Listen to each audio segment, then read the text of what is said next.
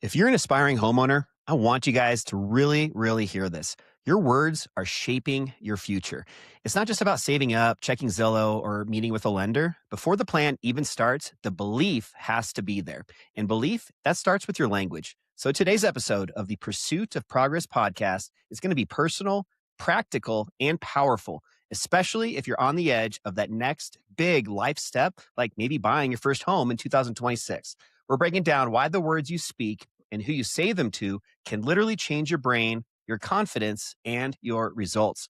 Let's dive in with a brand new episode. Welcome back, Ben. Welcome back. So glad to be back. I just love that we're having this conversation here. So important. You know that I'm just a really big believer and have a very compelling vision for yourself. And I think that's exactly where this conversation is going to go today. Yeah, I think you're somebody that I probably talk to about this stuff more than anybody else. So you have a lot of value to share on this topic. Let's just jump right into it. I know you had something to just maybe kind of kick us off with about how you need to really just say this out loud.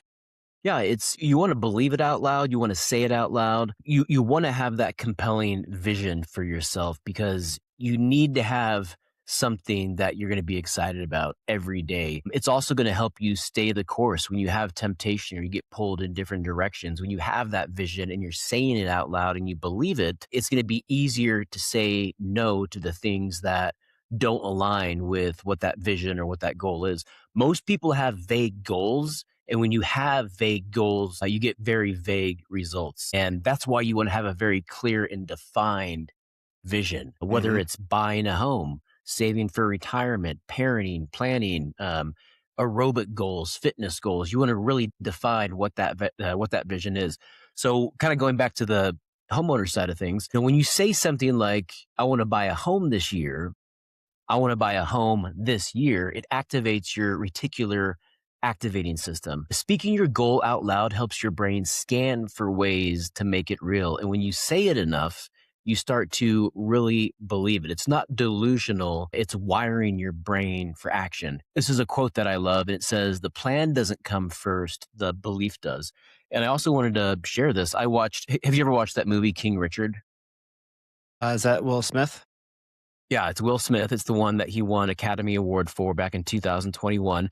Essentially, it's the story of him playing Richard Williams, Venus and Serena Williams' father, and how he parented them, how he mentored them, and how he coached them growing up.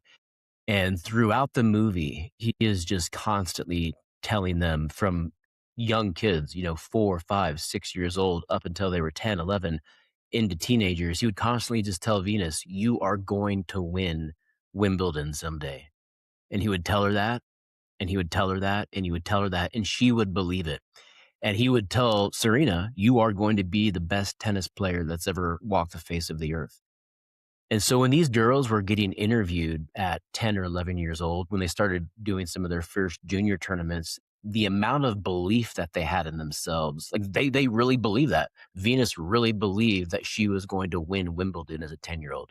Serena really believed that she was going to be the best tennis player ever. And all of those things came to manifest.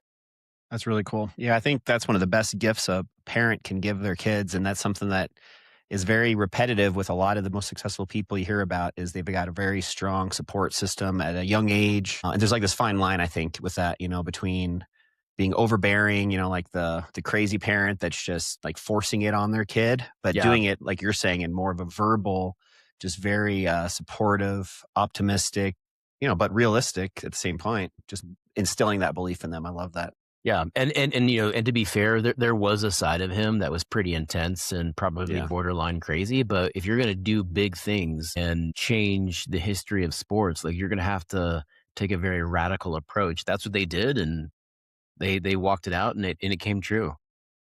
Definitely. Yeah, to kind of like piggyback off of that, also, it's not just, why you're saying it out loud. It's also just the words that you're actually using when you're saying it out loud Hmm. and just being very intentional. I know you've even talked about this on a few of our other podcasts in the past about, kind of eliminating words out of your vocabulary, which is Yeah. definitely important. I think that weak language is really what can kill momentum. Hopefully, maybe, yeah, I'll try.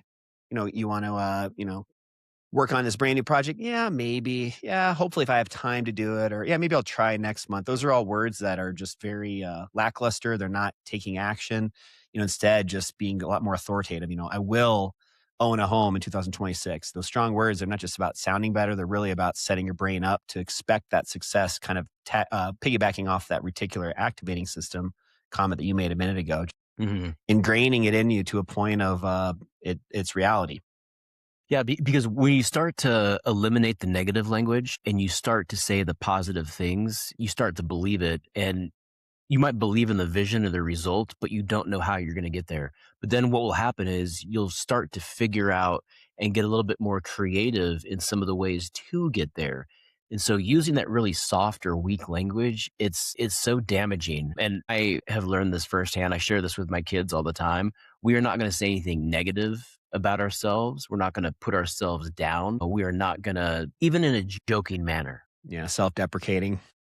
we're not gonna be like, "Oh, I'm an idiot," we don't use language like that. Mhm. Even if it's a joke. I've shared this 1,000 times, but, my daughter is a competitive runner, and she used to say things like, "I need to, like, slow down after the first mile, if I'm going too fast, or I need to slow." I'm like, "We are not allowed to say that. That word is banned from our house, slow. We are not saying that word, slow." Now, if you wanna rephrase that into I need to adjust my pace or I need to change my momentum or my trajectory. I think I know what you're meaning, but how you phrase it really truly does matter. Mhm. Yeah, definitely. I love that. Let's just talk about the next part, which is, I think, just as important. Yeah, I'm glad that you asked me to share this part here. Say it to people who matter. One thing that I've observed is that most people don't speak their goals because they're afraid of being held accountable. And so a lot of times they don't share what their goals are, or if they do share their goals, they're going to share them with someone who's not going to hold them accountable. It might be someone that's going to be like, "Oh, well, you tried, or it's not that big of a deal. We'll go get it tomorrow." When you keep this stuff inside and you don't share it, it's easy to quit. It's easy to give up on yourself. Telling someone though what your goals are and the right person makes it real. Now you've got a witness. And so this is always my suggestion. Find 2 to 3 people and tell them what your goals are. I am going to buy a home this year. And both things can be true. You can acknowledge some of the challenges that this market presents while also believing that you can buy a home this year. And if you're someone that wants to buy a home, but you're concerned about affordability or you're concerned about the monthly payment, or maybe you don't have anything saved for down payment, there are ways, I'm telling you right now, to navigate around those. And Adam and I host an affordability podcast or webinar every couple of weeks where we go over some of these specific strategies. Because if you're thinking that way, you're not alone. There's a lot of buyers in Denver that are having those same thoughts. They want to become a homeowner because they understand the benefits, medium and long term.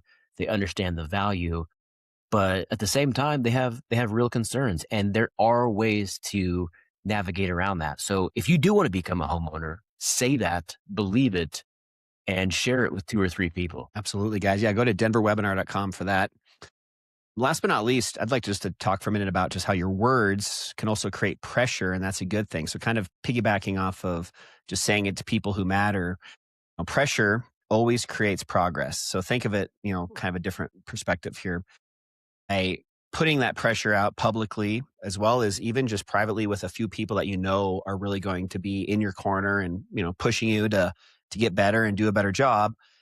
With those types of people, you can basically just do it kind of like a give and take. Like, hey, you tell me what your goals are, I'll tell you what mine are, and by doing this together, we're going to hold each other accountable. We're going to give each other the gift of pressure by just reminding them and holding them accountable and hoping that they're progressing.